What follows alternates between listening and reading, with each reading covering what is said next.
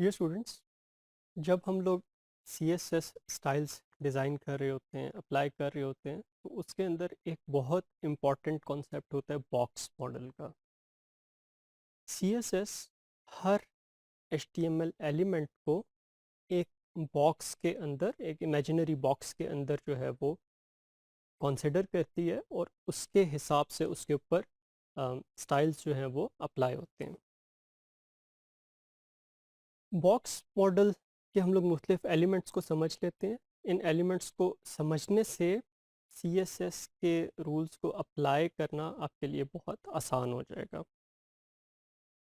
देखें, अगर हमारे पास कोई एक HTML का एलिमेंट है, जिस तरह हमारे पास एक पैराग्राफ है, तो उसको हम लोग ब्रेकअप कर सकते हैं इनटू डिफरेंट पार्ट्स। तो वो स्क्रीन पे कैसे नज़र आएगा? जो हमारे पास जो पैराग्राफ के अंदर जो टेक्स्ट है, that would be called content. तो ये जो पार्ट है आपके पास, ये आपके पास कंटेंट होगा। ठीक है, कंटेंट की अपनी विड्थ होगी और कंटेंट की अपनी हाइट होगी। तो कंटेंट कुछ स्पेस लेगा। कंटेंट और बॉर्डर, उसके बीच का जो एरिया है वो हमारे पास पैडिंग कहलाता है। इसे हम लोग स्पेसिंग के लिए यूज़ करते हैं।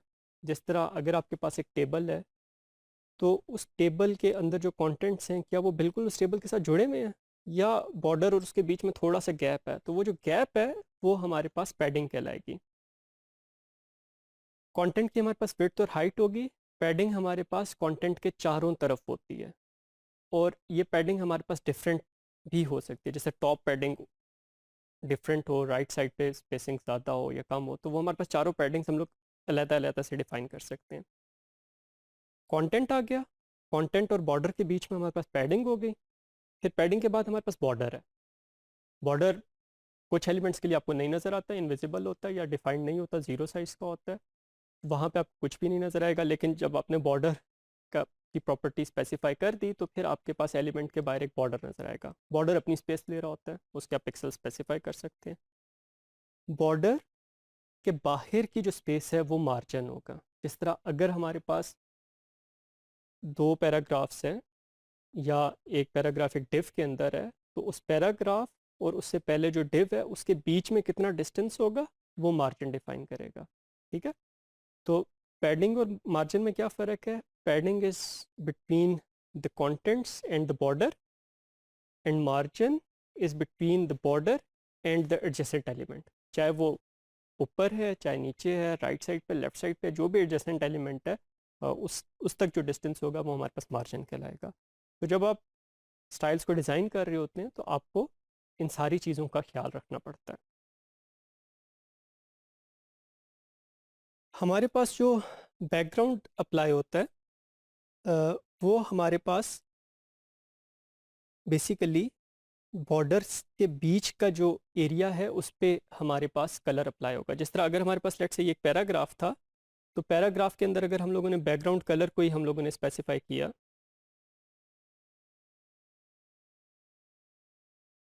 ठीक है, उसे हम लोगों ने लेट से रेड कर दिया, तो अब हमारे पास वो रेड कलर कहाँ पे आएगा? ये जो बॉर्डर के बीच का जो एरिया है, इंक्लूडिंग पैडिंग, पैडिंग के अंदर भी वो हमें कलर जो है वो नज़र आएगा।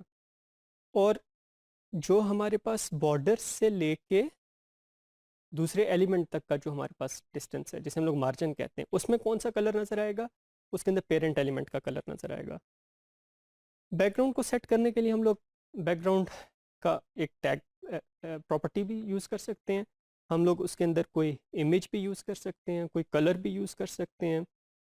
उसकी हम लोग पोजीशन स्पेसिफाई कर सकते हैं। अगर इमेज है तो बता सकते हैं कि हमारे पास वो बैकग्राउंड रिपीट होगा या नहीं। बैकग्राउंड का साइज़ हम लोग स्पेसिफाई कर सकते हैं। मुख्तलिफ प्रॉपर्टीज़ हैं जो हम लोग बैकग्राउंड की प्रॉपर्टीज़ बैकग्राउंड से रिलेटेड हैं, और इसके थ्रू हम लोग बैकग्राउंड जो है वो सेट कर सकते हैं।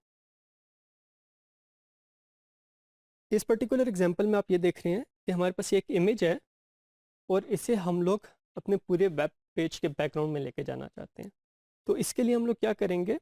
बैकग्राउंड इमेज की प्रॉपर्टी यूज़ करेंगे, और ये जो इमेज है इसका हम लोग पाथ स्पेसिफाई कर देंगे। जिस तरह हम लोग यहाँ पे कहेंगे कि जी URL, और ये पाथ जो है ये हमारे पास ये एक रिलेटिव पाथ दिया हुआ है, वो हम लोगों ने स्पेसिफाई कर दिया। और बैकग्राउंड रिपीट की प्रॉपर्टी हम लोगों ने यूज़ कर दी रिपीट। तो इससे क्या होगा कि हमारे पास ये बैकग्राउंड जो है वो रिपीट होगा। यूजुअली आप टेक्सचर्स को जो है वो बैकग्राउंड के तौर पे यूज़ कर सकते हैं, और वो टेक्सचर्स इस तरह के होंगे कि जब आप उन्हें जोड़ें तो वो आपको एक इमेज नज़र आए, उसके अंदर मतलब ब्रेक ना हो।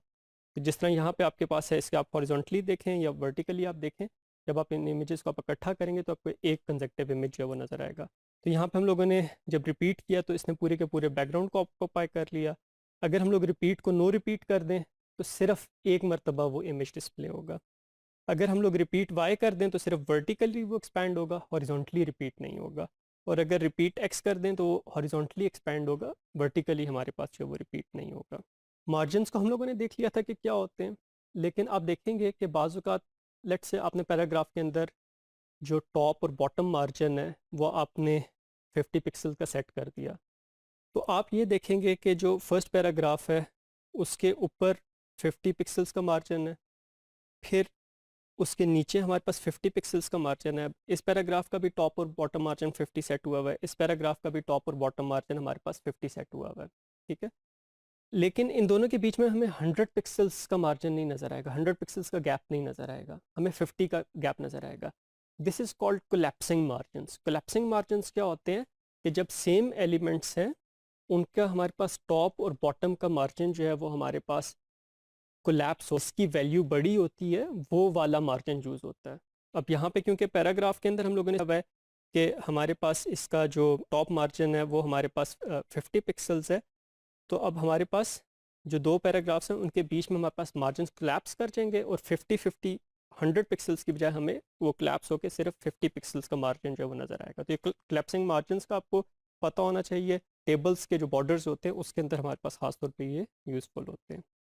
बॉक्स मॉडल के अंदर हम लोग वैल्यू स्पेसिफाई करते हैं। जिस तरह अगर हम लोग ये कहें कि जी बॉर्डर कलर है हमारे पास, और चारों साइड्स का बॉर्डर कलर हम लोग डिफरेंट करना चाहते हैं, जैसे टॉप को रेड करना चाहते हैं, राइट को ग्रीन, बॉटम को ऑरेंज, लेफ़्ट को ब्लू, तो ये हम लोग चारों की चारों वैल्यूज़ हम लोग अलग-अलग भी दे सकते हैं। जिस तरह border top colour red, right colour green, इस तरह भी हम लोग दे सकते हैं।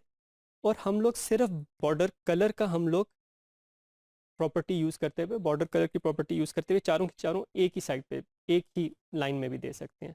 लेकिन फिर हमें कैसे याद रहेगा कि इसमें से पहली वैल्यू जो है ये किसको रिप्रेजेंट कर रही है, टॉप को, बॉटम को, राइट को, लेफ्ट को, सेकंड वैल्यू किसको रिप्रेजेंट कर रही है, थर्ड और फोर्थ किसको रिप्रेजेंट कर रही है। तो इसके लिए आपने ट्रिबल का वर्ड याद रखना है, ठीक है, TRBL, ट्रिबल।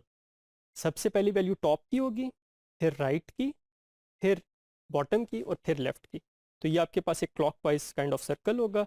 तो अगर चार वैल्यूज़ हैं तो पहली जो है वो हमारे पास टॉप के लिए, फिर राइट के लिए, फिर बॉटम के लिए, और फिर चौथी जो है वो हमारे पास लेफ़्ट के लिए।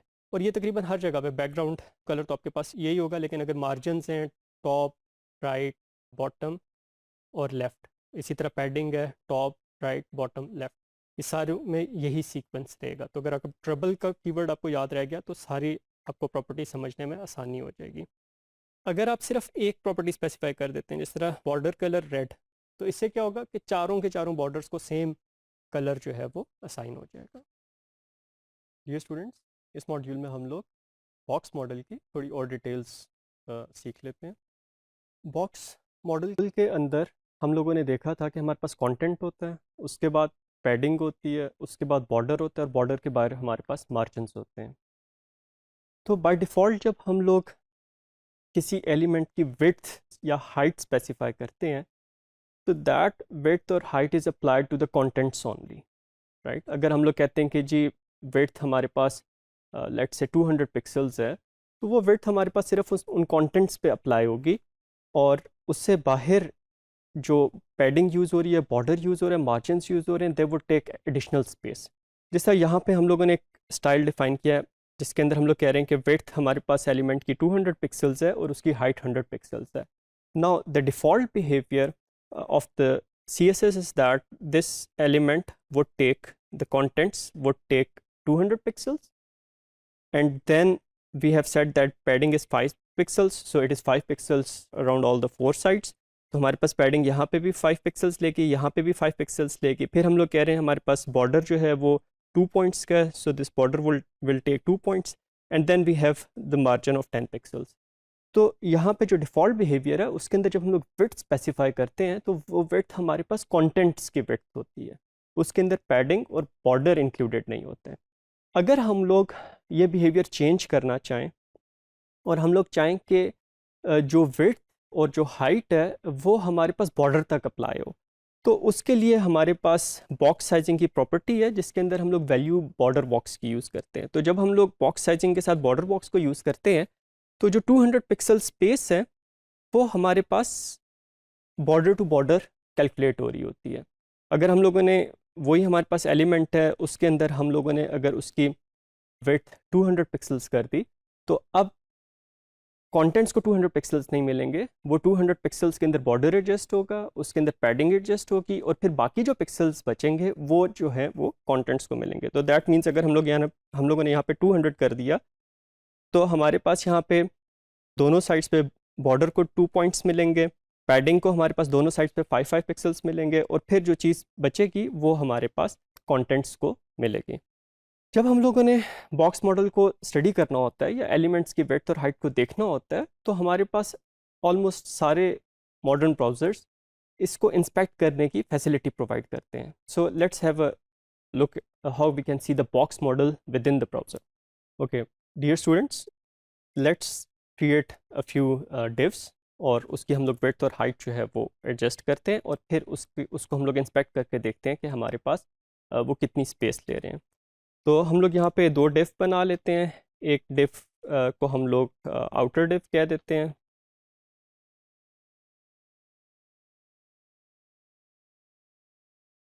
और उसके अंदर हम लोग एक और डिफ डिफाइन कर लेते हैं जिसे हम लोग इनर डिफ कहते हैं।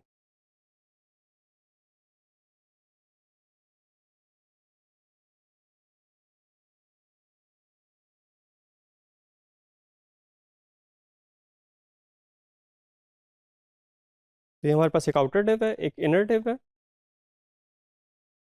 इनकी हम लोग विड्थ हाइट एडजस्ट कर लेते हैं। Now you can see that we have assigned IDs to these divs, so we can use the ID selector. तो आउटर जो हमारे पास डिव है उसकी हम लोग विड्थ लेट्स से 200 पिक्सल्स कर देते हैं, उसकी हाइट भी हम लोग 200 पिक्सल्स कर लेते हैं and just to see it visually हम लोग उसको कोई बैकग्राउंड कलर साइन कर देते हैं,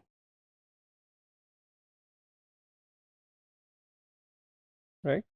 तो अब यहाँ पे आप इसको हम लोग अगर रिफ्रेश करें पेज को तो we should see the divs. So here you see the div. इसको मैंने जूम इन किया हुआ इस वजह से इसके पिक्सल्स जो हैं वो हमारे पास थोड़े ये बड़े साइज़ का नज़र आ रहा है, अदरवाइज इट इज़ 200 पिक्सल्स। और फिर हम लोग इनर डिव को डिफाइन करते हैं।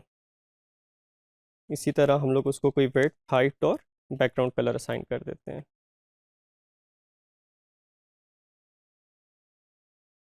लेट्स से हम लोग इसे 100 पिक्सल्स का डिफाइन कर देते हैं और इसका बैकग्राउंड कलर हम लोग पर्पल यूज़ कर लेते हैं, ठीक है। और इसको अगर हम लोग जस्ट रिफ्रेश करके देखें तो ये हमारे पास इनर डिव आ गया।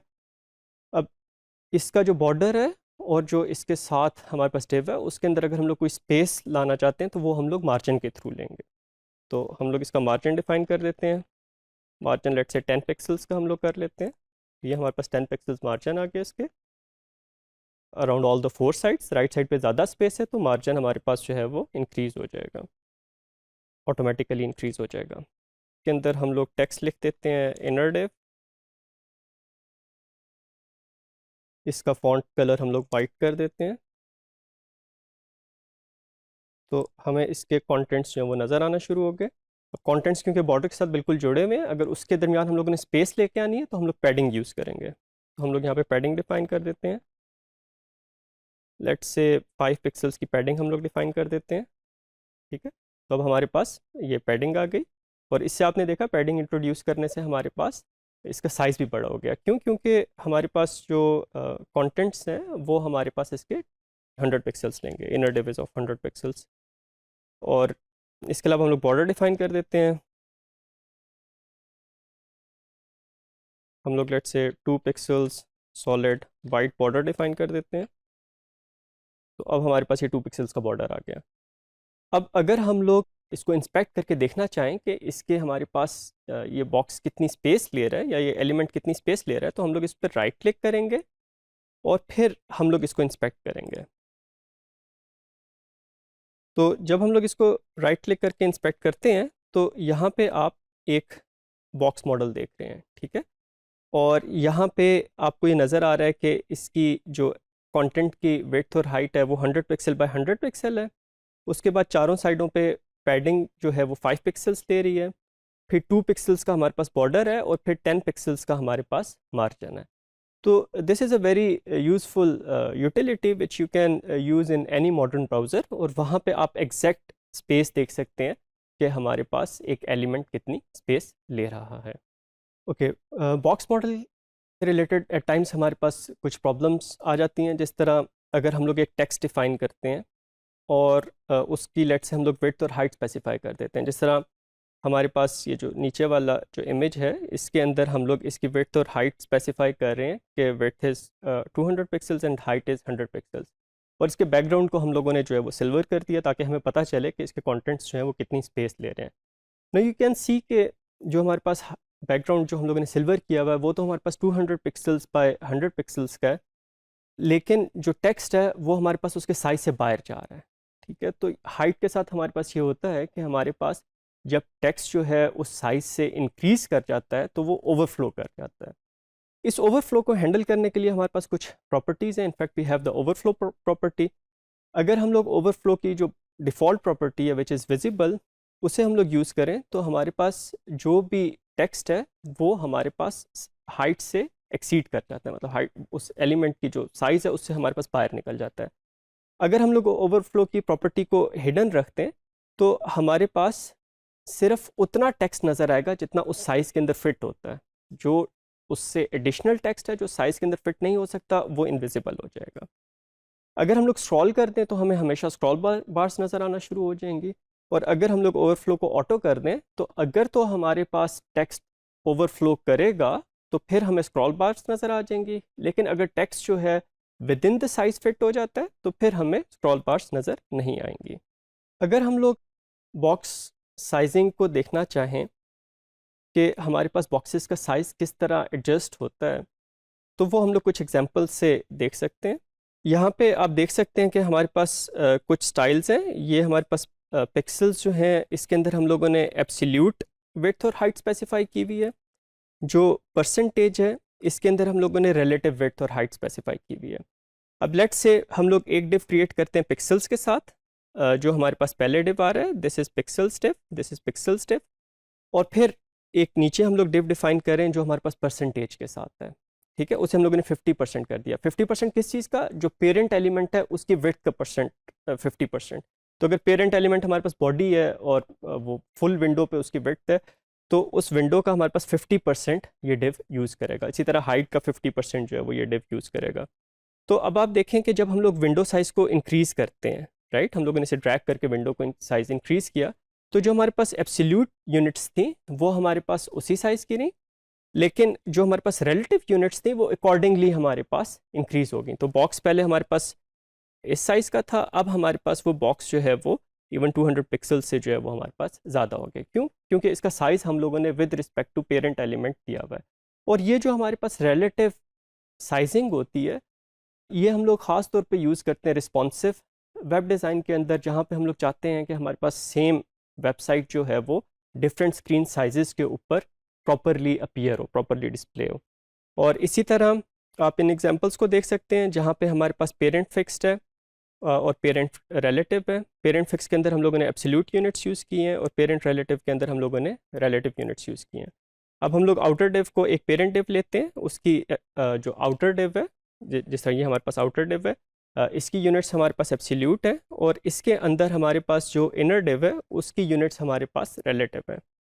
तो आप ये देखते हैं कि जब हम लोग इसको इनिशियली ड्रॉ करते हैं तो हमारे पास अगर आउटर डिव 200 पिक्सल्स का है तो इनर डिव हमारे पास 100 पिक्सल्स का हो जाएगा।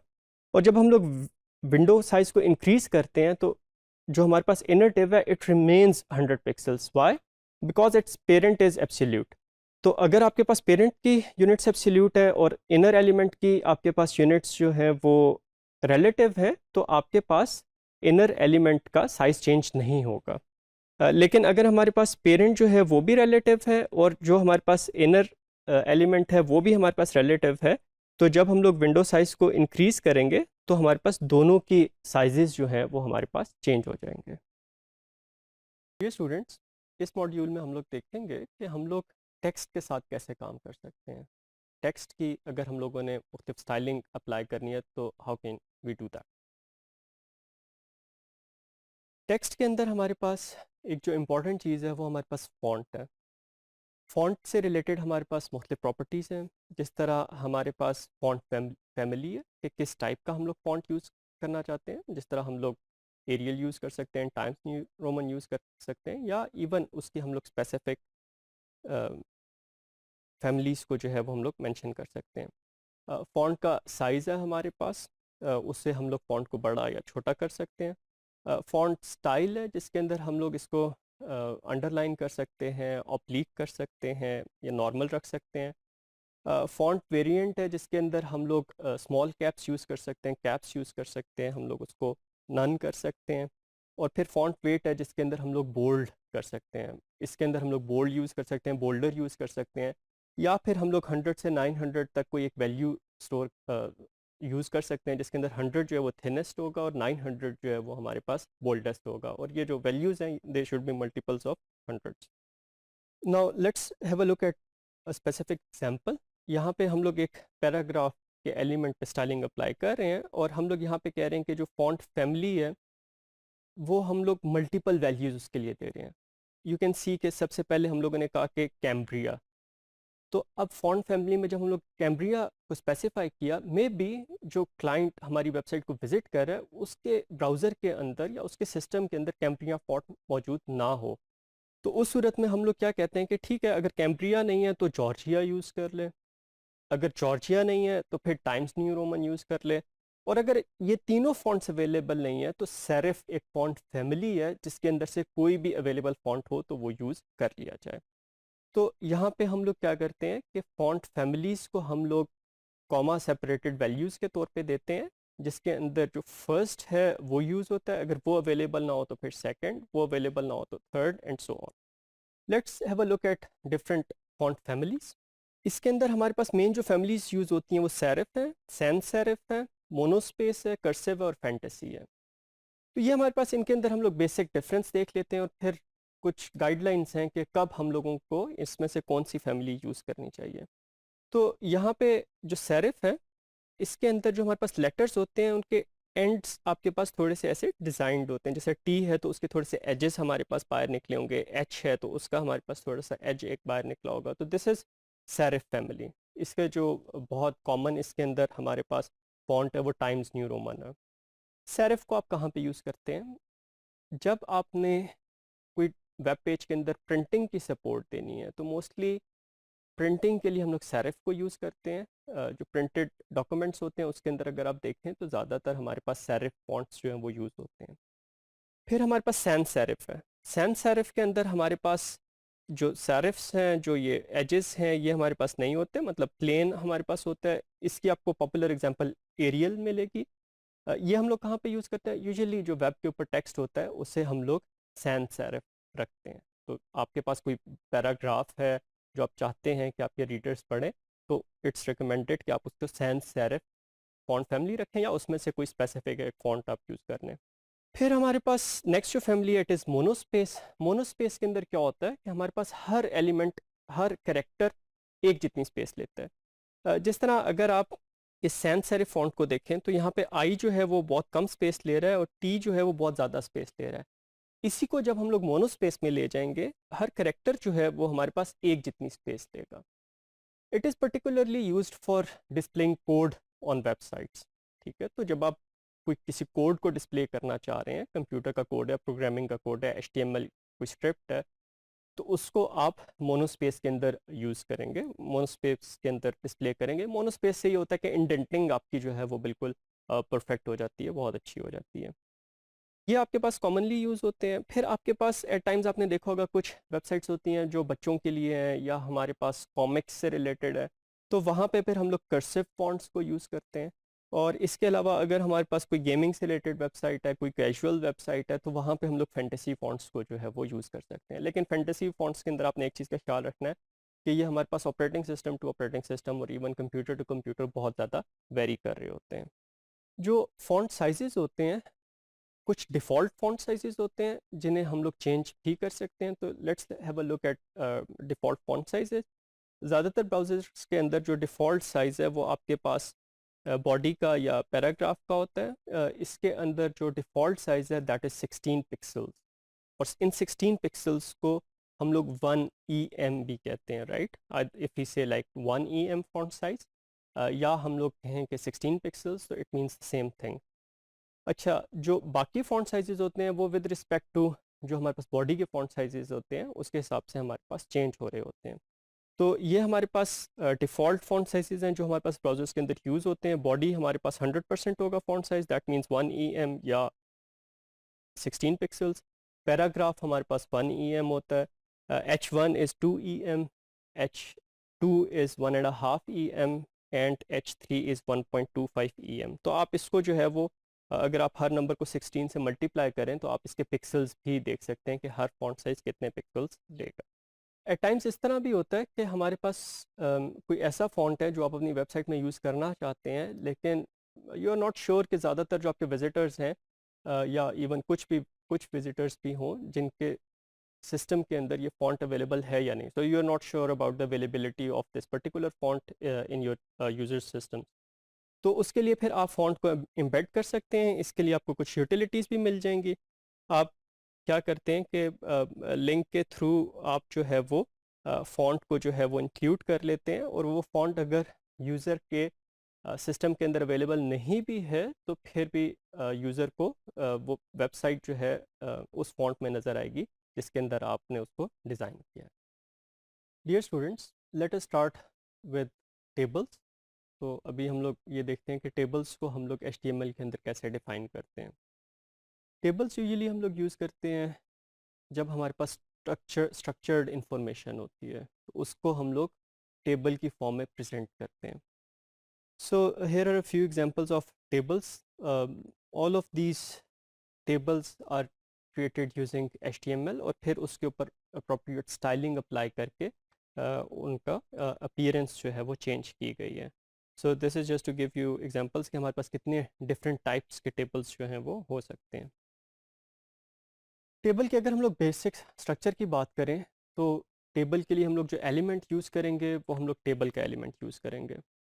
उसके अंदर जितनी भी हमारे पास रोज़ होंगी उस टेबल के अंदर, उतने हमें TR के एलिमेंट्स यूज़ करने पड़ेंगे। और हर रो में जितनी भी वैल्यूज़ होंगी, हर वैल्यू के लिए हमें TD टेबल डाटा का एलिमेंट जो है वो यूज़ करना पड़ता है। तो यहाँ पे अगर आप देखें तो हमारे पास ये टेबल है, इसके अंदर हमारे पास 2 रोज़ हैं, ठीक है? और कितने कॉलम्स हैं हमारे पास? 1 2 3 4 5 कॉलम्स है। तो दैट मीन्स कि यहाँ पे इसके अंदर हमारे पास एक टेबल का टैग होगा, दो हमारे पास TR के टैग्स होंगे, और हर TR के टैग के अंदर हमारे पास 5 TD के टैग्स होंगे, ठीक है? तो यहाँ पे आप देख सकते हैं हम लोगों ने टेबल का टैग इनिशिएट किया, फिर वी यूज़ TR, और फिर हमारे पास TD है। और जितनी भी हमारे पास टेबल के अंदर जितना भी टेक्स्ट होगा, it must be within the TD elements. आप TR के बाद जो है वो टेक्स्ट नहीं लिखेंगे, आप टेबल के बाद नहीं लिखेंगे। Whatever text you want to display in your table must be within the TD elements, ठीक है? तो आप यहाँ पे देखें कि आपके पास ये एक टाइटल है पेंटिंग का, ये उसका हमारे पास क्रिएटर है, पेंटर है, और ये हमारे पास उसका पेंटिंग का ईयर है, ये उसकी विड्थ है और हाइट है। तो ये हम लोग सारी की सारी इंफॉर्मेशन जो है वो TD के एलिमेंट्स के थ्रू प्रोवाइड करेंगे। अगर हम लोग टेबल के ऊपर हेडिंग्स को यूज़ करना चाहें तो उसके लिए हम लोग एक एडिशनल रो यूज़ करते हैं TR के थ्रू, लेकिन हेडिंग के लिए हम लोग TD की बजाय TH यूज़ करते हैं। तो यहाँ पे आप देखें कि जब हम लोगों ने फर्स्ट रो एक एडिशनल रो ऐड की विच रिप्रेजेंट्स हेडिंग्स, तो यहाँ पे हम लोगों ने TD की जगह TH को यूज़ किया, और उसके अंदर फिर हम लोगों ने जो कॉलम के नेम्स हैं वो हम लोगों ने यहाँ पे स्पेसिफाई कर दिए। सो ये आप लोगों ने just get use to it कि जब भी आप लोगों ने टेबल डिफाइन करना है, and if it should contain a header row, you should put the header row in a TR, and then instead of using TDs you would use the TH tags. यहाँ पे हम लोग एक example देखते हैं कि अगर हम लोगों ने कॉलम्स को मर्ज करना हो तो वो हम लोग किस तरीके से करेंगे। तो लेट्स से हम लोगों के पास इस पर्टिकुलर एग्जांपल के अंदर जो हमारे पास विड्थ और हाइट के दो अलहदा कॉलम्स थे, उनको हम लोग मर्ज करके अब एक कॉलम बनाना चाहते हैं। तो हम लोग क्या करेंगे कि टी आर को एज इट इज़ यूज़ करेंगे। हमारे पास फर्स्ट टी एच आ गया, सेकंड टी एच आ गया, थर्ड टी एच आ गया। अब फोर्थ और फिफ्थ को हम लोग मर्ज करना चाहते हैं, तो वहाँ पे हम लोग एक ही टी एच यूज़ करेंगे फोर और फिफ्थ की जगह। वहाँ पे हम लोग कॉल स्पैन की प्रॉपर्टी यूज़ करेंगे और हम लोग कहेंगे कॉल स्पैन का एट्रीब्यूट यूज़ करेंगे और हम लोग कहेंगे colspan is equal to 2। It would mean कि हमारे पास अब ये वाला जो सेल है it would take two spaces, space of two cells, right. तो अब यहाँ पे देखें इसकी हमारे पास अपीयरेंस इस तरह की हुई कि अब हमारे पास ये दोनों कॉलम्स हैं वो मर्ज हो गए। And if you want to do it for other rows you have to do it individually. ठीक है, तो आप स्पेसिफिक रोज के अंदर जहाँ पे आपने दो सेल्स को मर्ज करना है वहाँ पे आप कॉल स्पैन को यूज़ कर लेंगे। एक चीज़ का आपने ख्याल रखना है, जिस तरह आपके पास इस टेबल में वैसे तो 5 कॉलम्स हैं, लेकिन फर्स्ट रो के अंदर आपने क्योंकि 2 कॉलम्स को मर्ज कर दिया तो अब आपके पास 4TH या TD के आपके पास एलिमेंट्स यूज़ होंगे। इसी तरह अगर हम लोग रोज़ को मर्ज करना चाहें, जिस तरह हम लोग चाहते हैं कि एक ऑथर के जितने भी हमारे पास उसके आर्ट वर्क्स हैं, उसकी जितनी भी पेंटिंग्स हैं वो हमारे पास अ, एक एक रो के अगेंस्ट उसके हमारे पास आर्ट वर्क्स नज़र आ जाएं। तो अब यहाँ पे हम लोग क्या कर रहे हैं, रोज़ को मर्ज कर रहे हैं। तो रोज़ को हम लोग किस तरह मर्ज करेंगे, जिस तरह कॉलम के अंदर TH या TD के अंदर हम लोगों ने कॉल स्पैन यूज़ किया था, इसी तरह TD के अंदर हम लोग अब रो स्पैन को जो वो यूज़ करेंगे। तो ये एक्चुअली तो हमारे पास ये इस तरह होना चाहिए था। अब यहाँ पे जब हम लोग आएंगे इस वाले टेबल डाटा के ऊपर आएंगे तो हम लोग क्या करेंगे, यहाँ पे हम लोग rowspan is equal to 3 use करेंगे। तो यहाँ पे हम लोगों ने टैग यूज़ कर लिया TD का और साथ उसके एट्रीब्यूट यूज़ कर लिया rowspan is equal to 3। अब आपने इस चीज़ का ख्याल रखना है कि इसके बाद जो नेक्स्ट रोज़ होंगी उसके अंदर अब आपने एक कॉलम कम प्रोवाइड करना है। जिस तरह यहाँ पे फर्स्ट के अंदर तो आपके पास 3 कॉलम्स थे, अब क्योंकि सेकंड और थर्ड रो के अंदर आपके पास एक एक डाटा सेल कम हो गया क्योंकि वो आप पहले मर्ज कर चुके हैं, तो अब यहाँ पे आपने 2 TDs यूज़ करने हैं। तो आप यहाँ पे देखें कि आपके पास नेक्स्ट 2 रोज़ के अंदर 2 TDs यूज़ हो रहे हैं। डियर स्टूडेंट्स, इस मॉड्यूल में हम लोग देखेंगे कि टेबल्स को हम लोग लेआउट्स के लिए कैसे यूज़ कर सकते हैं और इसके अलावा कुछ हमारे पास एडिशनल एलिमेंट्स हैं जो टेबल्स के साथ यूज़ होते हैं, उन्हें हम लोग स्टडी करते हैं। टेबल्स को हम लोग लेआउट्स के लिए यूज़ कर सकते हैं। इसे पास्ट में काफ़ी यूज़ किया भी जाता था लेआउट्स के लिए, ख़ासतौर पे जब मोबाइल ब्राउजिंग बहुत कॉमन नहीं हुई थी। मैं आपको ये सिखा तो देता हूँ कि टेबल्स को लेआउट के लिए यूज़ कैसे करते हैं, लेकिन मैं साथ में आपको ये भी रिकमेंड करूँगा कि कभी भी टेबल्स को लेआउट के लिए यूज़ ना करें। यू मस्ट नो कि यूज़ कैसे हो सकता है। Maybe there are situations where you have to do it, but when you would be developing websites, make sure you don't use tables for layout, right? We will study other things which are better alternatives for using tables for layouts. So idea ये है कि अगर let's say हमारे पास ये एक screen है, एक document है और इसके अंदर हम लोग ये चाहते हैं कि लेफ़्ट साइड पे हमारे पास एक इमेज नज़र आए और फिर हमारे पास राइट साइड पे जो है वो कंटेंट्स हों, ठीक है। और कंटेंट्स के अंदर फिर हमारे पास कुछ इमेजेस हैं, उनको हम लोग ऑर्गेनाइज करना चाहते हैं इस तरह 4 की ग्रिड के अंदर। तो हम लोग क्या करते हैं कि एक टेबल क्रिएट कर लेते हैं। लेट्स से ये हमारे पास एक आउटर टेबल है और उसके हम लोग एक रो बना लेते हैं और 2 कॉलम्स बना लेते हैं। तो ये जो हमारे पास फर्स्ट कॉलम है इसके अंदर हम लोग इमेज ले आते हैं, तो ये हमारे पास टेबल आ गया, TR आ गया। फर्स्ट कॉलम में हमारे पास एक इमेज आ गया और जो सेकंड कॉलम है उसे हम लोग फिर कंटेंट्स के लिए यूज़ कर लेते हैं। तो कंटेंट्स के लिए हम लोगों ने हेडिंग्स यूज़ कर ली, पैराग्राफ्स यूज़ कर लिए और फिर जो फर्दर हमारे पास ये इमेजेस हैं इनको एक ग्रिड फॉर्म में लाने के लिए हम लोग एक और टेबल यूज़ कर लेते हैं जिसके अंदर हम लोग 2 रोज़ बना लेते हैं और हम लोग 2 कॉलम्स बना लेते हैं हर रो में। तो ये हम लोग फर्दर एक और टेबल यूज़ कर सकते हैं जिसके अंदर हम लोग इन इमेजेस को डिस्प्ले करा दें। तो एज आई सेड कि you can use tables for layout technically, but it is not advised. इसका सबसे बड़ा मसला ये होता है कि जो हमारे पास मोबाइल स्क्रीन्स होती हैं उसके ऊपर you might not want to show these the image on the left side, right, और you might not want to show them along with each other. You might want to show it कि आपके पास ऊपर एक image आ रहा है और फिर ये जो राइट साइड पे जो चीज़ है ये हमारे पास ऊपर वाले कंटेंट्स के नीचे चली जाए। तो ये आप टेबल्स के थ्रू नहीं कर सकते, लेकिन there are other ways to do this thing. इसके अलावा हमारे पास कुछ और टेबल से रिलेटेड एलिमेंट्स यूज़ होते हैं। Let's discuss them. One is caption. Caption जो है वो हमें टेबल के बारे में बताती है कि ये टेबल किस चीज़ के बारे में। जैसे यहाँ पे हम लोगों ने कैप्शन दे दी कि हमारे पास ये 19th सेंचुरी फ्रेंच पेंटिंग्स के बारे में है ये टेबल। फिर हमारे पास एक कॉल और कॉल ग्रुप का एलिमेंट होता है, जिसके अंदर हम लोग कॉलम्स को ग्रुप करते हैं। तो जिस तरह हम यहाँ पे हम लोगों ने क्या किया, एक कॉल और एक कॉल ग्रुप यूज़ किया, और कॉल ग्रुप के अंदर हम लोगों ने दो कॉलम्स यूज़ किए। तो इससे क्या होगा कि हमारे पास ये जो फर्स्ट कॉलम है ये हमारे पास एक बन जाएगा, एक कॉलम बन जाएगा, और फिर नेक्स्ट जो दो कॉलम्स हैं इनका एक ग्रुप बन जाएगा। ठीक है।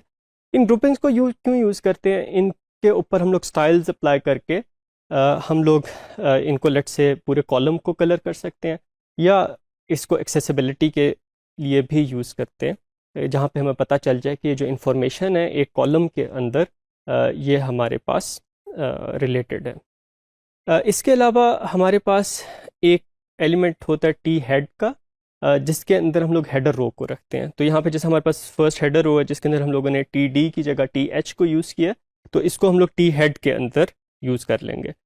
इसी तरह हमारे पास टी फुट है, जो हमारे पास टेबल का फुटर होगा, जो लास्ट रो होगी उसे हम लोग टी फुट में रखेंगे। इट डजेंट मैटर कि टी फुट को आप अगर टेबल की बॉडी से पहले भी आप लिख दें अपने HTML के कोड के अंदर, still it would appear at the end of the table. और फिर हमारे पास टेबल बॉडी है, जिसको हम लोग टी बॉडी के टैग्स के अंदर जो है वो हम लोग यूज़ कर सकते हैं। So let's have an example कि किस तरह हम लोग ख़ास तौर पे ये जो कॉल और कॉल ग्रुप है इसका मैं आपको बता देता हूँ कि इसे हम लोग किस तरीके से यूज़ कर सकते हैं। ओके डियर स्टूडेंट्स, यहाँ पे आप एक एग्जांपल देख रहे हैं टेबल की, जिसके अंदर हमारे पास 3 कॉलम्स हैं और कुछ हमारे पास रो हैं। फर्स्ट रो को हम लोगों ने हेडर बनाया हुआ है, और अब यहाँ पे हम लोग टेबल के जो एडिशनल एलिमेंट्स हैं उनकी एग्जांपल देख लेते हैं कि उन्हें हम लोग कैसे यूज़ कर सकते हैं। तो it's always better to organise your table using semantic tags. अगर हम लोग यहाँ पे हेड यूज़ कर रहे हैं तो आप इसके साथ टी हेड यूज़ करें। तो हेडर जो आपके पास है उसे आप टी हेड के अंदर यूज़ कर लें। जो आपके पास फुटर है, लास्ट रो अगर आप फुटर के तौर पे यूज़ कर रहे हैं तो उसको आप टी फुट के अंदर यूज़ कर लें। ऑल्दो इसका टेबल की अपीयरेंस पे कोई फ़र्क नहीं पड़ेगा, लेकिन जब आपके पास कोई ऐसा सॉफ्टवेयर है जो आपके वेब पेज को प्रोसेस करके उसे लेट से एक ब्लाइंड यूज़र के लिए रीड कर रहा है, तो वो सॉफ्टवेयर जो है उससे बहुत ज़्यादा आसानी हो जाती है। तो इससे आप बेसिकली एक्सेसिबिलिटी जो है वो टेबल की बढ़ा रहे होते हैं। तो इट्स ऑलवेज रिकमेंडेड कि आप अपने HTML कोड के अंदर सिमेंटिक एलिमेंट्स जो हैं वो उनको भी यूज़ करें। और फिर हमारे पास जो ये मेन कंटेंट्स है इसको हम लोग टी बॉडी के अंदर ले जाते हैं। ठीक है। तो अगर हम लोग इसको रिफ़्रेश करें तो आप देखेंगे कि इसका हमारे पास कोई इसका अफेक्ट अपीयरेंस पे जो है वो नहीं हुआ। अगर आप इवन टी फुट को उठा के आप टी हेड के बाद ले जाते हैं, ठीक है, T head then T foot and then T body, तो इससे आपके पास अब टी फुट को although F1 F2 F3 code के अंदर हमारे पास डाटा से जो है वो ऊपर है, लेकिन जब हम लोग इसको रिफ्रेश करके देखते हैं तो it remains at the bottom. ठीक है। तो टी फुट को आप टी हेड के बाद भी यूज़ करेंगे तो जो टी फुट के अंदर रो है वो हमेशा टेबल के बॉटम पे नज़र आएगी। और एक लास्ट चीज़, जो हम लोग कॉलम्स को यूज़ कर रहे हैं, तो अगर हम लोग यहाँ पे फर्स्ट कॉलम का लेट से एक उसे अलहदा रखना चाहते हैं और सेकंड और थर्ड कॉलम को हम लोग मर्ज करना चाहते हैं, तो what we can do, we can have a column, we can assign it a class, let say we can say that this is first column is C1, then we define a call group and assign it a class of let's say C23 कि ये second और third columns को हम लोगों ने मर्ज किया हुआ है। और फिर ग्रुप के अंदर हमें कॉलम्स बताने पड़ते हैं कि कितने कॉलम्स हम लोग यूज़ कर रहे हैं। तो यहाँ पे हम लोग सिर्फ कॉलम लिख के बता सकते हैं कि हमारे पास 2 कॉलम्स हैं इस ग्रुप में। तो what we are doing, we are treating the first column separately and then we are combining the second and third columns into one group. तो दिस कम्बिनेशन इज़ लॉजिकल। इसका अगेन अपीयरेंस पे कोई फ़र्क नहीं पड़ेगा, लेकिन अगर हम लोग इसके बेस पे कोई स्टाइल डिफ़ाइन करें, जैसे हम लोग कहते हैं कि जी जो C1 के लिए स्टाइल है इसके अंदर हमारे पास बैकग्राउंड कलर एक्वा हो जाए, let's say background colour aqua. इसको रिफ्रेश करें अगर हम लोग, तो आप देखें कि जो फर्स्ट कॉलम है उसका हमारे पास बैकग्राउंड कलर एक्वा हो गया। तो अब हमें एक कन्वीनियंट वे मिल गया कि अगर हम लोगों ने पूरे कॉलम पे कोई स्टाइल अप्लाई करना है तो वो हम लोग कॉलम ग्रुप या कॉलम्स के थ्रू कर सकते हैं। और इसी तरह जो हमारे पास कॉलम ग्रुप था, इसे लेट से अगर हम लोग पिंक कलर असाइन करना चाहें तो हम लोग इसके अंदर बैकग्राउंड कलर पिंक अगर हम लोग इसको असाइन कर दें, तो अब आपके पास जो सेकंड और थर्ड कॉलम थे उनका कलर, बैकग्राउंड कलर जो है वो हमारे पास पिंक हो गया। डियर स्टूडेंट्स, इस मॉड्यूल में हम लोग देखेंगे कि टेबल्स को हम लोग स्टाइल कैसे कर सकते हैं। Late us start with the table borders. Table borders को हम लोग कैसे यूज़ करते हैं? हम लोग टेबल का एलिमेंट यूज़ करेंगे, या अगर कोई एक स्पेसिफिक टेबल है या एक क्लास है तो हम लोग वहाँ पे उसका आईडी सेलेक्टर या क्लास सेलेक्टर यूज़ कर सकते हैं। बॉर्डर के लिए हम लोग पहले ये बताते हैं कि हमारे पास बॉर्डर जो है वो हमारे पास सॉलिड हो या डॉटेड हो या डैश्ड हो। बॉर्डर अगर हम लोग नहीं रखना चाहते तो we can have none here. फिर हम लोग उसकी विड्थ बताते हैं कि बॉर्डर की हमारे पास विड्थ कितनी होगी, और फिर हम लोग बॉर्डर का कलर बताते हैं कि हमारे पास बॉर्डर का कलर क्या होगा। इन सारी प्रॉपर्टीज़ को हम लोग अलग-अलग भी यूज़ कर सकते हैं, जिस तरह हम लोग बॉर्डर विड्थ और फिर बॉर्डर कलर को हम लोग यूज़ कर सकते हैं, और फिर टॉप राइट बॉटम लेफ्ट को हम लोग अलग-अलग भी सेट कर सकते हैं। तो ये हमारे पास टेबल का बॉर्डर हो गया। तो यहाँ से आप देखेंगे कि इस रूल की वजह से हमारे पास इस टेबल के चारों तरफ हमारे पास एक बॉर्डर क्रिएट हो गया।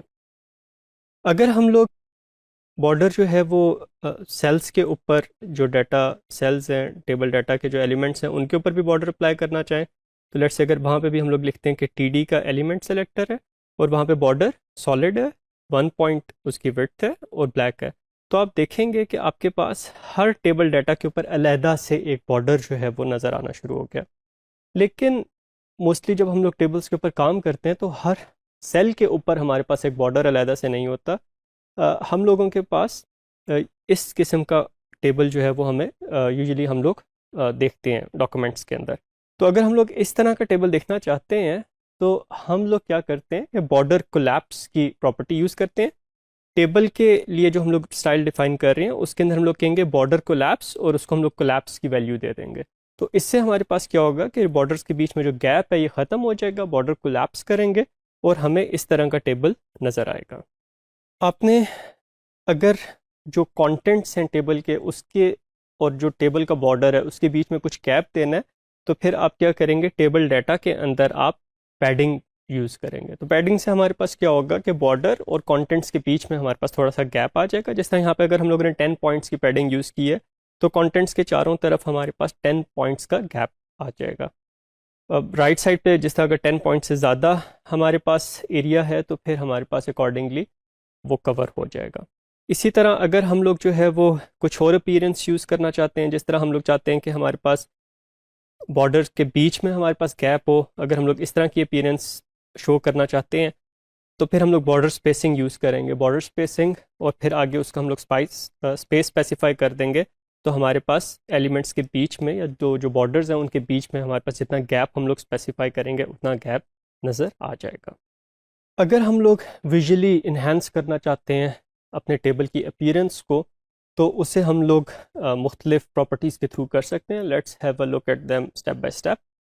यहाँ पे हमारे पास एक कैप्शन है। कैप्शन के हम लोगों ने फॉन्ट रिलेटेड प्रॉपर्टी सेट की, उसके अंदर हम लोगों ने कुछ पैडिंग सेट की, लेकिन पैडिंग हम लोग सिर्फ टॉप और बॉटम पे दे रहे हैं। अगर आपको याद हो ट्रबल का जो हमारे पास कीवर्ड था टॉप राइट बॉटम लेफ्ट, तो ये हम लोग टॉप और बॉटम की हम लोग पैडिंग दे रहे हैं। दैट मीन्स कि जो कैप्शन है इसके टॉप और बॉटम पे हमारे पास थोड़ा सा गैप होगा। Text line by default caption का हमारे पास सेंटर्ड होता है, यहाँ पे हम लोग उसको लेफ्ट कर रहे हैं, और टेक्स्ट ट्रांसफॉर्म अपर केस कर रहे हैं। तो टेक्स्ट ट्रांसफॉर्मेशन से क्या होगा कि हमारे पास बेशक हम लोगों ने इसे नॉर्मल टेक्स्ट के तौर पे लिखा हुआ है, वो सारे के सारे हमारे पास कैरेक्टर्स अपर केस में नज़र आएंगे। और फिर यहाँ पे हम लोग एक थिन सा बॉर्डर इंट्रोड्यूस कर रहे हैं, 1 पिक्सल सॉलिड, और ये हमारे पास ब्राउन कलर का।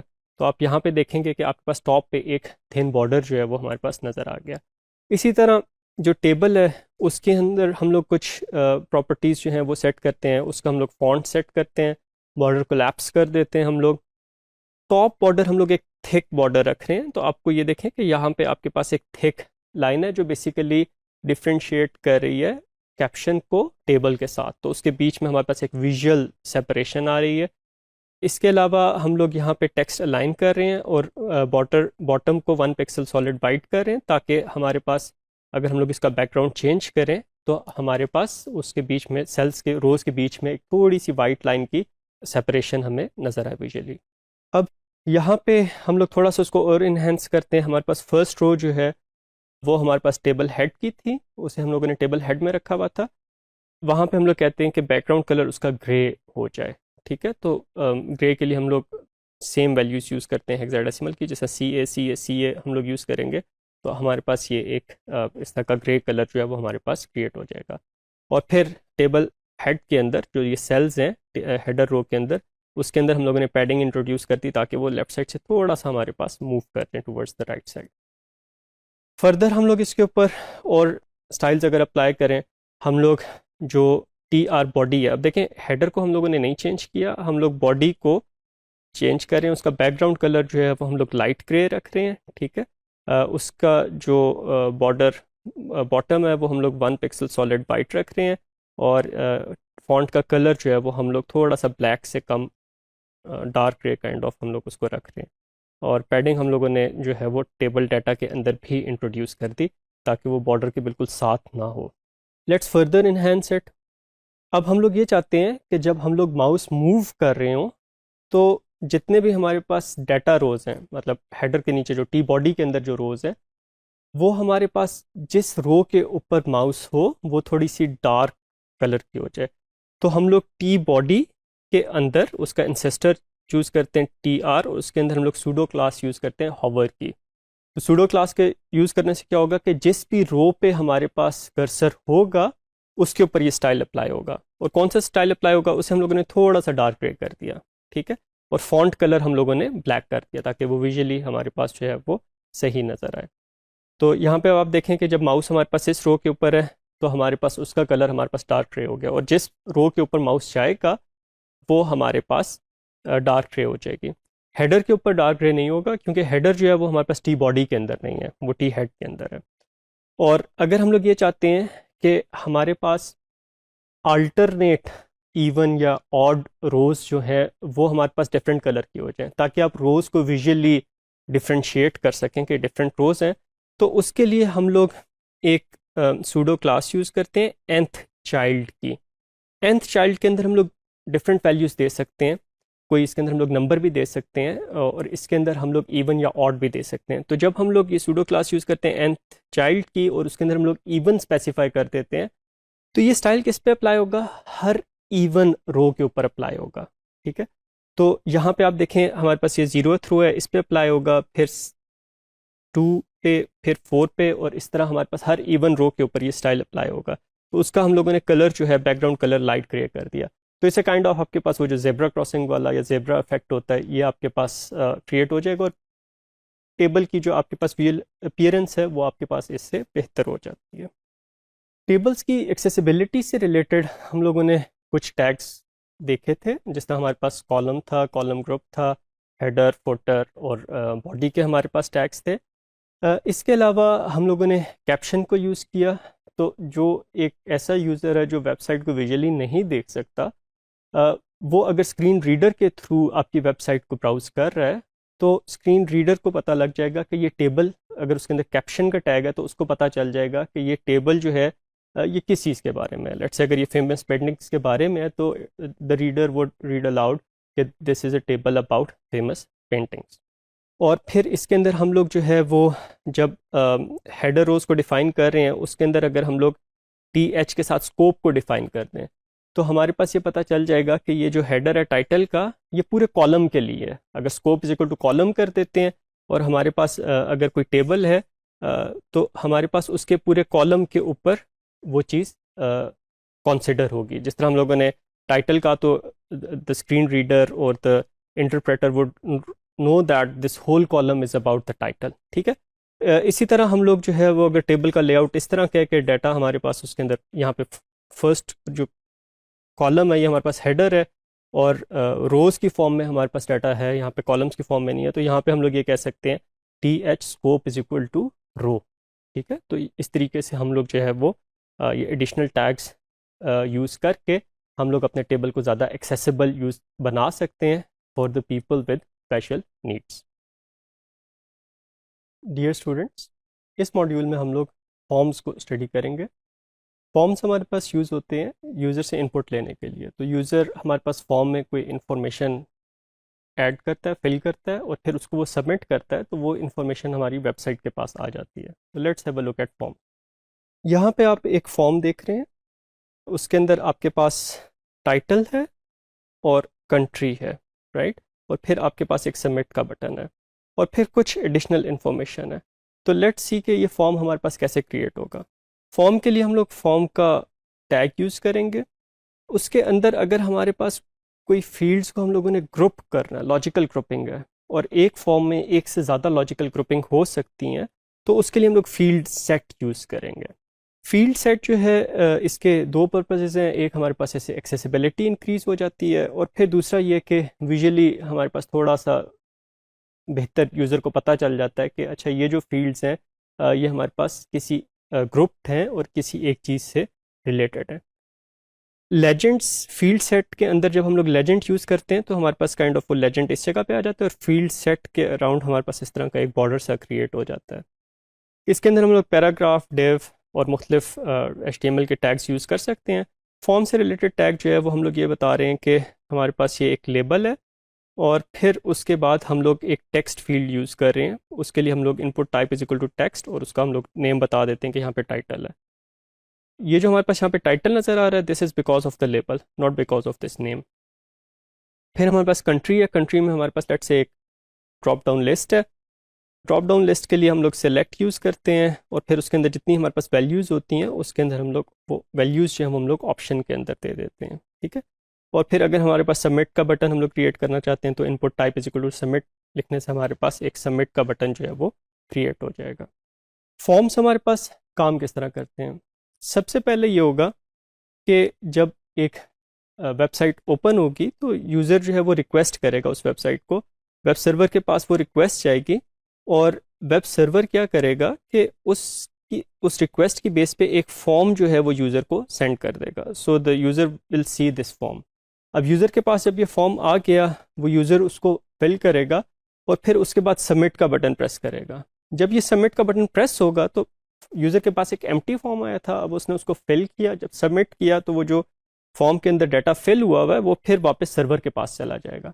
और सर्वर फिर क्या करेगा, मोस्टली फॉर्म्स को जो है वो हमारे पास डायनेमिक वेबसाइट्स हैंडल कर रही होती हैं, तो वहाँ पे हमारे पास कोई PHP का स्क्रिप्ट होगा या सर्वर साइड पे हमारे पास कोई ऐसा प्रोसेस होगा जिसके अंदर इस फॉर्म को जो है वो हैंडल किया जाएगा। इफ़ यू रिकॉल, हम लोगों ने क्वेरी स्ट्रिंग्स को URLs के अंदर स्टडी किया था, तो क्वेरी स्ट्रिंग्स हमारे पास फॉर्म के अंदर भी यूज़ होते हैं। फॉर्म के अंदर जब हम लोग सबमिट का बटन प्रेस करते हैं और फॉर्म का अगर हम लोगों ने सबमिशन का मेथड जो है वो हम लोगों ने गेट रखा हुआ है, तो हमारे पास फॉर्म के अंदर जितनी भी हम लोगों ने डाटा फिल किया है वो URL के अंदर एक क्वेरी स्ट्रिंग की फॉर्म में चला जाएगा, ठीक है। क्वेरी स्ट्रिंग के अंदर क्या होगा कि जो हम लोगों ने एलिमेंट का नेम रखा था वो हमारे पास वेरिएबल बन जाएगा और उसके अंदर जो वैल्यू फिल हुई थी वो हमारे पास उसकी वैल्यू बन जाएगी। और इसी तरह जैसे हमारे पास यहाँ पे टाइटल है सेंट्रल पार्क, तो हमारे पास title equal to central park हो गया, spaces are replaced by plus symbols.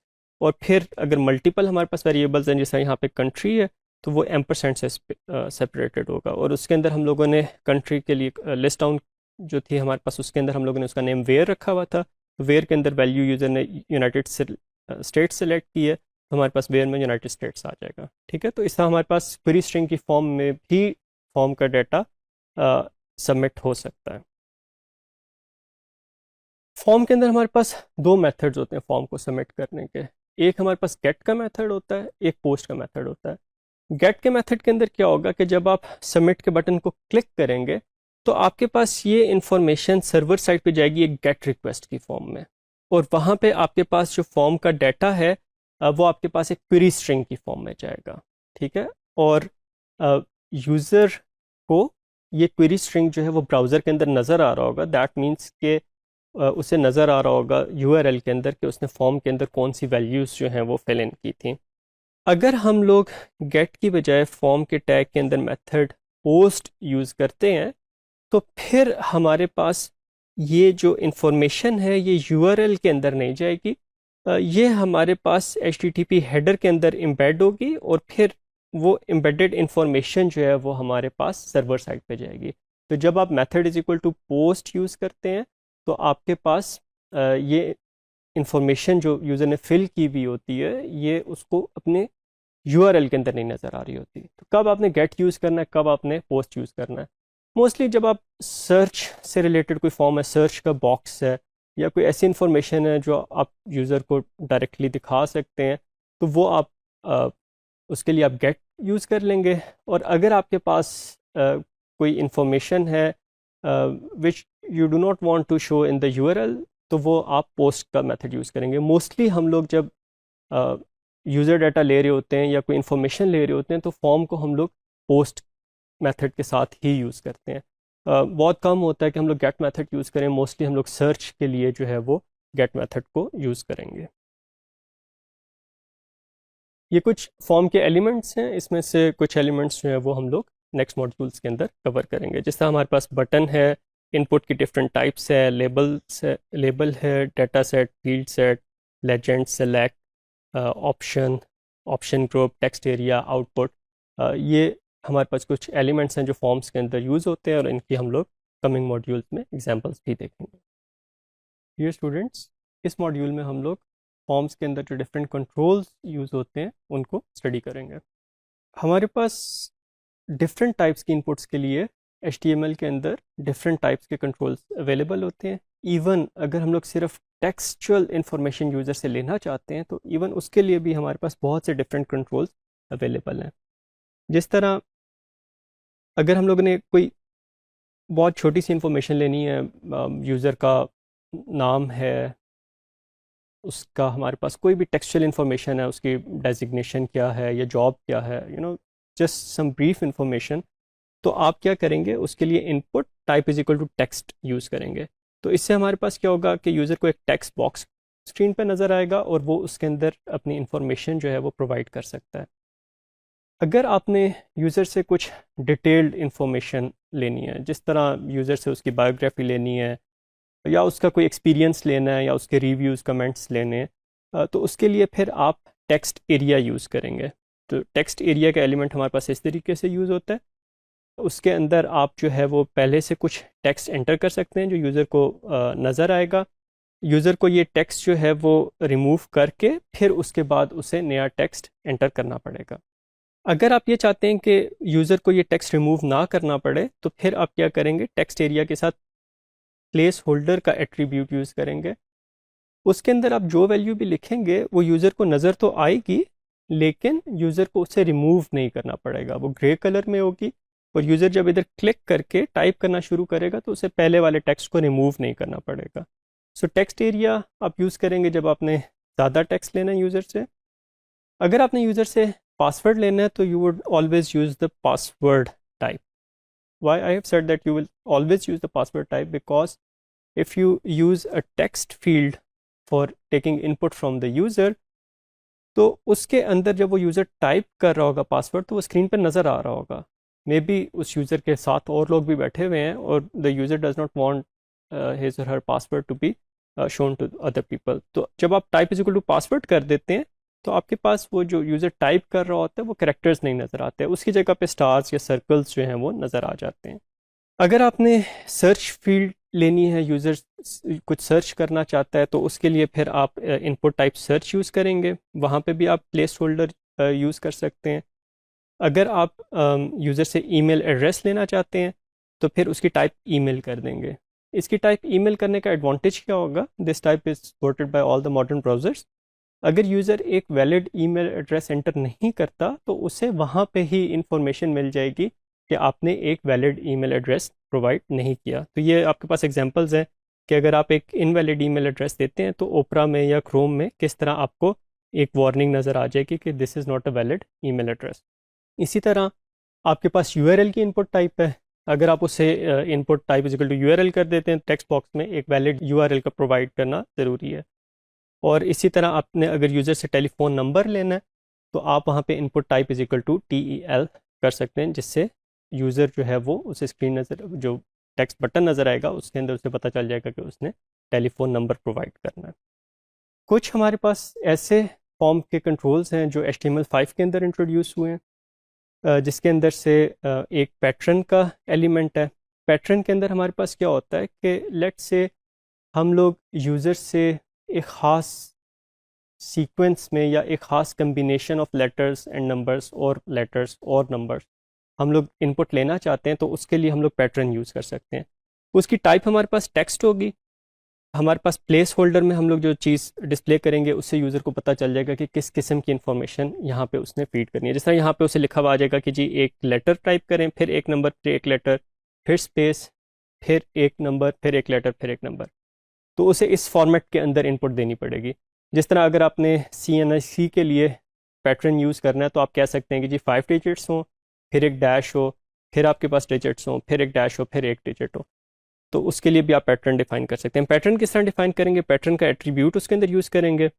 Character के लिए आप A to Z यूज़ कर सकते हैं और नंबर्स के लिए आप 0 to 9 यूज़ कर सकते हैं। तो यहाँ पे आप कोई भी रेगुलर एक्सप्रेशन जो है वो आप प्रोवाइड कर सकते हैं। तो यहाँ पे हम लोग कह रहे हैं कि एक लेटर होगा, फिर आपके पास एक डिजिट होगा, फिर एक लेटर होगा, फिर there would be a space, then a digit, a letter and then a digit. अगर आप यहाँ पे इस पैटर्न के हिसाब से इनपुट नहीं देते, आप कुछ और लिख देते हैं, तो ब्राउज़र जो है वो यूज़र को मेंशन कर देगा कि ये जो आपने इनपुट दी है ये रिक्वायर्ड फॉर्मेट में नहीं है। इसी तरह एक और जो आपके पास एलिमेंट है वो आपके पास डाटा लिस्ट का एलिमेंट है। अगर आप ये चाहते हैं कि आपके पास जो यूज़र टाइप करे वो कुछ वैल्यूज़ आप उससे दिखाना चाहते हैं कि इनमें से कोई वैल्यूज़ वो टाइप कर सकता है, काइंड ऑफ ऑटो कंप्लीशन आप कह लें या सजेशन कह लें, तो आपने जैसा यहाँ पे input type is equal to text use किया और उसके अंदर आपने लिस्ट का एट्रीब्यूट यूज़ कर लेना है। लिस्ट के एट्रीब्यूट के अंदर क्या होगा कि आपने वहाँ पे सिटीज़ स्पेसिफाई कर दिया और फिर आपने एक डाटा लिस्ट क्रिएट कर ली जिसके अंदर आपने एट्रीब्यूट यूज़ कर लिया सिटीज़ का। तो this thing must be the same, ये जो है ये आपके पास सेम होनी चाहिए। अब सिटीज़ के अंदर आप जोन सी ऑप्शंस राइट करेंगे in form of option slash option in elements के बीच में, वो आपके पास यहाँ पे नज़र आना शुरू हो जाएंगे। इसका फ़ायदा क्या होगा, जैसे यूज़र अगर यहाँ पे P प्रेस करता है तो P से जितनी भी सिटीज़ शुरू हो रही हैं वो उससे नज़र आना शुरू हो जाएंगी। तो काइंड ऑफ या ऑटो कम्प्लीशन में आपको जो है वो हेल्प करती है और यूज़र जो है वो इसके अंदर खुद से कोई वैल्यू भी टाइप कर सकता है। इसके अलावा आपके पास चॉइस कंट्रोल्स हैं। चॉइस कंट्रोल्स आपके पास जो है वो ड्रॉप डाउन लिस्ट की फॉर्म में। इसके अंदर आप क्या करेंगे कि ड्रॉप डाउन लिस्ट के लिए आप सेलेक्ट का एलिमेंट यूज़ करेंगे, उससे आप कोई नेम स्पेसिफाई करेंगे और फिर उसके अंदर आपने जितनी वैल्यूज़ देनी है ड्रॉप डाउन की वो आप ऑप्शन स्लैश ऑप्शन के बीच में दे देंगे। जैसे यहाँ पे हम लोग एक ड्रॉप डाउन लिस्ट क्रिएट करें जिसके अंदर 3 वैल्यूज़ हैं, फर्स्ट, सेकंड एंड थर्ड, तो यूज़र इनमें से किसी एक वैल्यू को जो है वो सिलेक्ट कर सकता है। अगर आप इसके अंदर किसी भी एक ऑप्शन के आगे सिलेक्टेड का एट्रीब्यूट दे दें, इस एट्रीब्यूट की कोई वैल्यू नहीं है, सिर्फ आपने मेंशन करना होता है कि सिलेक्टेड, तो जब आप किसी ऑप्शन के आगे सिलेक्टेड लिख देते हैं तो बाय डिफ़ॉल्ट जब फॉर्म डिस्प्ले होता है तो जिस ऑप्शन के आगे आपने सिलेक्टेड लिखा होता है वो ऑलरेडी सेलेक्ट हुई हुई होती है। जिस तरह यहाँ पे सेकंड ऑप्शन के आगे आपने सिलेक्टेड लिख दिया तो आपको जब फॉर्म लोड होगा तो वहाँ पे सेकंड जो है वो आपको प्री सिलेक्टेड नज़र आएगा। इसके अंदर आप साइज़ भी स्पेसिफाई कर सकते हैं। अगर आप सेलेक्ट के एलिमेंट के अंदर साइज़ स्पेसिफाई कर देते हैं तो फिर आपके पास जो आप साइज़ स्पेसिफाई करेंगे उतने एलिमेंट्स आपको जो हैं वो नज़र आ रहे होंगे स्क्रीन पे। एक और बहुत यूज़फुल एलिमेंट है सेलेक्ट के अंदर विच इज़ ऑप्शन ग्रुप, जिसे OPT ग्रुप के एलिमेंट के थ्रू हम लोग यूज़ करते हैं। OPT ग्रुप क्या होता है कि आपके पास ऑप्शंस को ग्रुप कर देता है। जिस तरह यहाँ पे हम लोगों ने क्या किया, नॉर्थ अमेरिका की कुछ सिटीज़ दे दी, यूरोप की कुछ सिटीज़ दे दी। अब यूज़र जो है उससे पता चल जाएगा कि अच्छा ये सिटीज़ जो हैं ये नॉर्थ अमेरिका की हैं, ये सिटीज़ यूरोप की हैं। वो यहाँ से नॉर्थ अमेरिका या यूरोप को तो नहीं सेलेक्ट कर सकता, लेकिन उसके अंदर जो है वो जो सिटीज़ हैं उनको वो सेलेक्ट कर लेगा। तो जस्ट ये लॉजिकल एक ग्रुपिंग हो जाएगी जिससे यूज़र को जो है वो डाटा सेलेक्ट करने के अंदर, ऑप्शन सेलेक्ट करने में आसानी हो जाएगी। आप ऑप्शन के साथ अगर आप वैल्यूज़ दे देते हैं ऑप्शन और स्लैश ऑप्शन के बीच में तो आपके पास वो वैल्यूज़ नज़र आ रही होती हैं और जब फॉर्म सबमिट होता है तो आपके पास लेट्स से अगर यूज़र ने सेकंड सेलेक्ट किया है तो फॉर्म डाटा के अंदर चॉइसेस जो आपके पास सेलेक्ट के अंदर नेम यूज़ किया था इज इक्वल टू सेकंड होगा। तो ये जो वैल्यू है ये आपके पास यहाँ पे आ जाएगी। लेकिन अगर आप ये चाहते हैं कि आपके पास स्ट्रिंग्स ना जाएं, आपके पास उसकी आईडी से ली जाएं, तो फिर आप क्या करेंगे कि हर एक ऑप्शन के साथ आप एक वैल्यू मेंशन कर देंगे। जो वैल्यू आप मेंशन करेंगे जब फॉर्म सबमिट होगा तो आपके पास वो वैल्यू जाएगी, टेक्सचुअल स्ट्रिंग आपके पास नहीं जाएगा। अगर आप रेडियो बटन्स यूज़ करना चाहते हैं तो आप क्या करेंगे, type is equal to radio कर देंगे।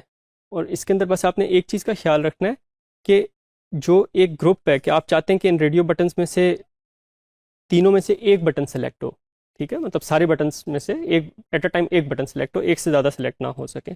तो वहाँ पे आपने क्या करना है कि नेम जो है वो तीनों ऑप्शंस का, आपने तीनों इनपुट्स का नेम जो है वो आपने सेम रखना है। तो इससे आपके पास क्या होगा कि जिन रेडियो बटन्स का नेम सेम होगा उसमें से सिर्फ आपके पास एक रेडियो बटन जो है वो सिलेक्ट होगा। रेडियो बटन्स की तरह आपके पास चेक बॉक्सेस हैं, check boxes multiple user select कर सकता है। उसके अंदर आप input type is equal to check box करेंगे, जो रिलेटेड चेक बॉक्सेस हैं उनका भी आप नेम सेम रखेंगे। तो होगा क्या कि जब यूज़र फॉर्म का बटन सबमिट करवाएगा तो काइंड ऑफ एक लिस्ट की फॉर्म में जो सिलेक्टेड चेक बॉक्सेस होंगे वो सर्वर साइड पे चले जाएंगे। इसके अलावा आपके पास कुछ और फॉर्म के कंट्रोल्स हैं, जैसे रीसेट का बटन है। रीसेट का बटन अगर आप इंट्रोड्यूस कर देते हैं input type is equal to reset से, तो इससे क्या होगा कि आपके पास फॉर्म के अंदर जितनी भी फील्ड्स हैं वो आपके पास एम्प्टी हो जाएंगी। इसके अलावा आप क्या कर सकते हैं कि अगर आप अपनी मर्ज़ी का सबमिट का बटन की बजाय आप चाहते हैं कि बटन के ऊपर सबमिट ना लिखा हो, कुछ और लिखा हो, तो फिर आप क्या करेंगे, input type is equal to button use करेंगे और जो आप वैल्यू के एट्रीब्यूट में आप जो कुछ लिखेंगे वो उस बटन के ऊपर डिस्प्ले हो जाएगा। अगर आप जो है वो इमेज यूज़ करना चाहते हैं तो आप input type is equal to image कर दें, ठीक है, और उसके अंदर इमेज का जो है वो आप यूआरएल दे दें, तो आपके पास उस बटन के ऊपर जो है वो एक इमेज नज़र आ जाएगा। जिस तरह आपके पास यहाँ पे हम लोगों ने एक बटन क्रिएट किया हुआ है यूजिंग द बटन एलिमेंट, उसके अंदर हम लोगों ने एक लिंक क्रिएट कर दिया है, ठीक है, और फिर हम लोगों ने उस लिंक के अंदर एक इमेज यूज़ कर लिया।